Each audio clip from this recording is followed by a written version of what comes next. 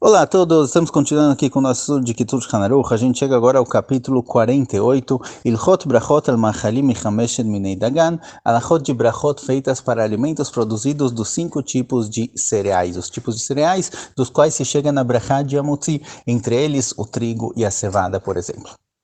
Teremos aqui pela frente, nos próximos capítulos, próximos 10, 15 capítulos, alachot ligadas a brachot. Brachot que aparecem no dia a dia judaico em diferentes situações, antes e depois de comer. Temos a brachá do amotzi, a brachá do vinho. Temos brachot também quando a pessoa sente um cheiro gostoso, o cheiro de uma flor, o cheiro de uma planta. Também temos brachot que costumamos fazer nesses momentos. Temos brachot sobre situações específicas, por exemplo, quando cai um trovão, um raio, ou quando a pessoa vê o oceano, visões magníficas. Também temos brachot ligadas a essas situações da vida.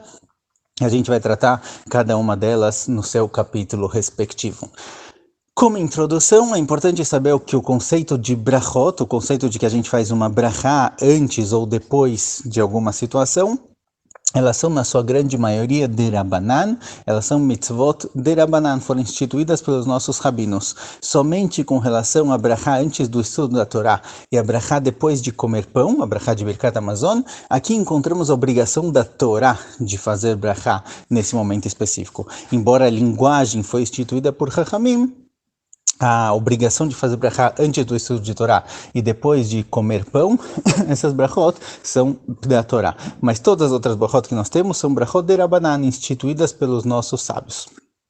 Por que eles instituíram essas brachot? Qual a função? Para que eles colocaram essa brachá? Por que eu não posso simplesmente comer alguma comida? Por que eu não posso simplesmente ouvir um trovão e um raio? Qual a ideia? Por que nossos sábios tiveram que decretar uma brachá específica para cada uma dessas situações? Então aparece em alguns lugares, o Ritva traz isso principalmente, que a meta da brachá ela é preparativa. Que a pessoa se prepare e foque no que ele está fazendo. Muitas vezes a gente tem tantas situações no nosso dia a dia, tantas coisas que vão acontecendo ao mesmo tempo e tantas distrações também em volta, que muitas vezes a gente acaba perdendo foco, acaba não sabendo direito onde a gente se encontra. Então vem a brachá e nos dá o foco necessário para o que a gente está fazendo naquele momento. Então se a gente pegar a questão da comida agora, às vezes a pessoa pode simplesmente comer um pedaço de pão, comer uma fruta, tomar uma bebida, algo do tipo, e nem perceber, nem dar valor para aquilo que ele está fazendo. Então veio a brachá como forma preparativa para colocar a pessoa em foco. Olha, presta atenção, você está comendo aqui alguma coisa que tem um gosto gostoso, você tem a habilidade de sentir o gosto, seu paladar funciona, a Kadosh Baruch Hu criou gostos diferentes para as pessoas poderem aproveitar. Então na hora que você vai fazer uma brachá, agradece a Kadosh Baruch Hu. Logo antes de comer, faz uma brachá, presta atenção no que está acontecendo, presta atenção na coisa boa que você tem na sua vida, faz uma brachá e aproveita. Então essas brachot, elas são derabanan, mas elas são extremamente importantes para o dia a dia da pessoa. Então vamos lá, vamos começar com as alachot na prática. Fala o Kitzur Hanuch na alacha Aleph. Lechem sheu michameshed minei dagan, ela sheu pat haba bekisnim, im ochel ממנו פחות משיעור קביעת סעודה, אין צריך נטילת ידיים ואין מברכים עליו המוציא, אלא בורא מיני מזונות ולאחריו על המחיה. Conhecemos o famoso pão, o pão feito de farinha e água. Um pão no qual se mistura farinha e água, um pouquinho de açúcar e sal também, é o pão sobre o qual fazemos amotzi. Agora, antes de chegar na questão do amotzi, fala o Kitzur Hanuch que tem situações em que mesmo um pão feito de farinha de trigo, ele não é amotzi. E sim, mezonot. A brachá dele não vai ser amotzi, e sim vai ser mezonot. Em qual situação? Então isso aparece na Gemara com o seguinte nome, pat haba bekisnim. Na próxima alachá a gente vai definir exatamente o que é, mas tem tipos de pães. Em breve veremos quais são as 3 condições que transformam esse pão em mezonot, mas pães que na teoria eles deveriam ser amotzi, porque eles têm farinha e água, mas por determinados motivos a brachá deles é mezonot. Então temos tipos de pães que a brachá é amotzi e depois faz Birkat Hamazon, e temos pães que a brachá dele é mezonot e depois se faz a brachá de alamechia. A diferença não vai ser somente com relação à brachá que se faz para eles, mas também com netilat yadayim. Netilat yadayim é somente feita para um pão que precisa fazer nele a brachá de amotzi, senão não. Porém, mesmo essas comidas que a brachá deles é mezonot, certo? Se a gente pegar, por exemplo, um cookie, um biscoito, uma bolacha ou algo do tipo, que a brachá deles é mezonot, Tem situações em que a brachá dele se torna motzi também, a gente vai ver isso melhor na terceira alahá, mas o que o Shulchan já traz o primeiro passo da definição, que é algo chamado kviat seudá. O que é kviat seudá? Então, a ideia é o seguinte, aparece na Torá o seguinte, quando aparece a ideia de fazer Birkat Hamazon, está escrito na Torá, ve'achalta ve'savata uverachta. A pessoa, quando ele deve fazer Birkat Hamazon, ve'achalta, depois de comer, ve'savata, você está satisfeito, uverachta, faz Birkat Hamazon. Ou seja, Birkat Hamazon ele é ligado com a sviut, com a satisfação da pessoa no que ele comeu. Então, alguém que tomou um café da manhã reforçado, um almoço reforçado, uma janta, ele comeu algo que deixou ele satisfeito, ele tem a obrigação de fazer Birkat Hamazon.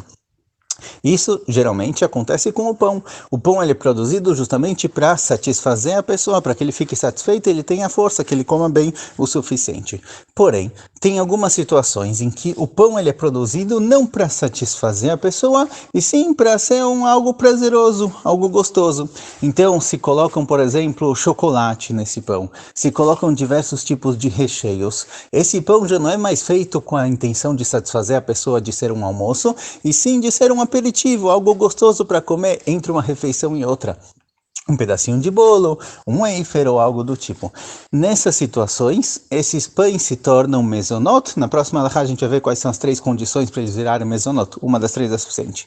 Mas de qualquer forma, esses pães se tornam mezonot porque eles não são o principal da seudá e da refeição da pessoa. A não ser que a pessoa a não ser que a pessoa pretenda comer uma quantidade suficiente para ficar realmente satisfeito. Isso a gente vai tratar na terceira alahá. אבל אם אוכל ממנו שיר גבוהות סעודה, אז דינו כלחם גמור וצריך נטילתם, מברכים עליו ומוציאו לאחריו ברכת המזון.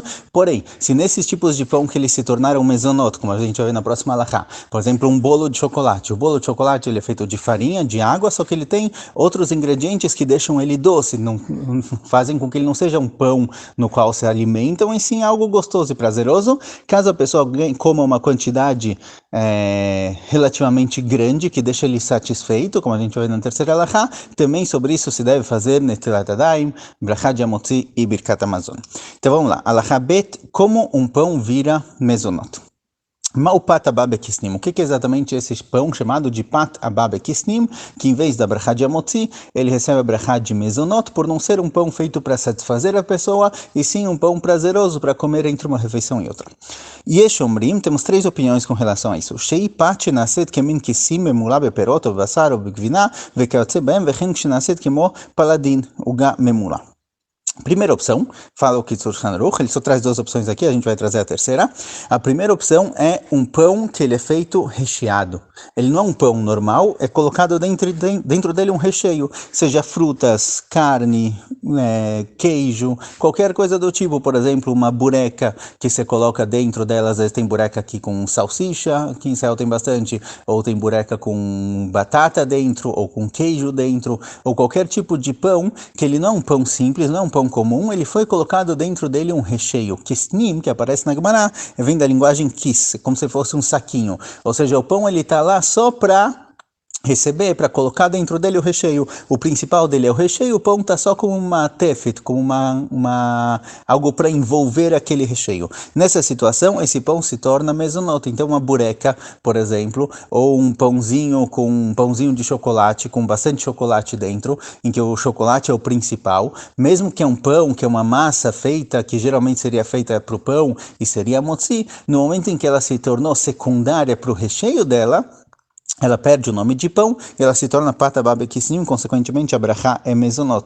Então, burecas, pãezinhos com queijo dentro, com chocolate dentro, ou com carne dentro, todos esses são a brachá de mezonot. Ve'yesh omrim, shei pat sheninosha beshemen ou beshuman, ou bedvash, ou bechalav, ou beitzim, ou bechar perot, afil erav baem gam maim el Hashem amuat. Tem quem diga, o que é pat haba bekisnim? É um pão que foi usado junto com a farinha, outros tipos de líquidos, não necessariamente água. Então foi usado pão feito com farinha com suco de laranja, por exemplo. Ele traz aqui óleo, mel, leite, ovo, ou seja, qualquer outro tipo de ingrediente que não seja água. Mesmo que tenha um pouquinho de água, se a água não for a maioria, esse pão ele se torna mezonot. Então muitas vezes na massa da pizza, aqui em Israel o que se faz é que se prepara a massa da pizza com farinha e suco de laranja, ou algum tipo tipo algo que vem do leite, mei halav, um tipo de leite. Então, nessa situação, esse pão deixa de ser hamotzi. Porque ele foi, nos ingredientes dele não tem somente farinha e água, tem outros ingredientes que são mais do que a quantidade de água, que dão para esse pão um gosto mais doce, certo? Eles influenciam o gosto do pão, ele deixa o pão um pouquinho mais doce, por isso ele se torna mezonot. A terceira opção que não é trazida aqui no Shulchan Aruch é um pão que não é um pão macio, um pão molinho, é um pão que ele é crocante. Então, bagel, por exemplo, todos esses biscoitos mais crocantes, eles não têm o formato do pão. O pão ele tem que ser molinho, gostoso. Tudo isso que é crocante, ele serve mais de aperitivo do que realmente como alimento. Então, essas três condições, cada uma é suficiente por si só, transformam o pão em mezonot. Então, um pão que ele é recheado. Ele é produzido com recheio a ponto do pão ser secundário para o recheio. Um pão que ele tem dentro dele outros ingredientes que não são não são somente farinha e água, outros ingredientes que mudam o gosto dele, como no caso do bolo, por exemplo, tem lá bastante chocolate, bastante açúcar, então ele muda o gosto do pão. Ou se é um pão que ele é mais duro, ele é uma massa mais dura, como o bagel e etc., que não é mais crocante, não é feito realmente com um pão macio e gostoso para comer, esses pães são chamados de pata babekissim, eles se tornam mezonot. Venakten que devresh nem lakil machzikim el vel pata babekissim na halakha. A gente aceita essas três opiniões. Se tem qualquer uma dessas condições, o pão se torna automaticamente mezonot. Na próxima halakha a gente vai ver como mesmo esses pães mezonot, como de vez em quando eles se tornam hamotzi, dependendo da quantidade que a pessoa vier a comer.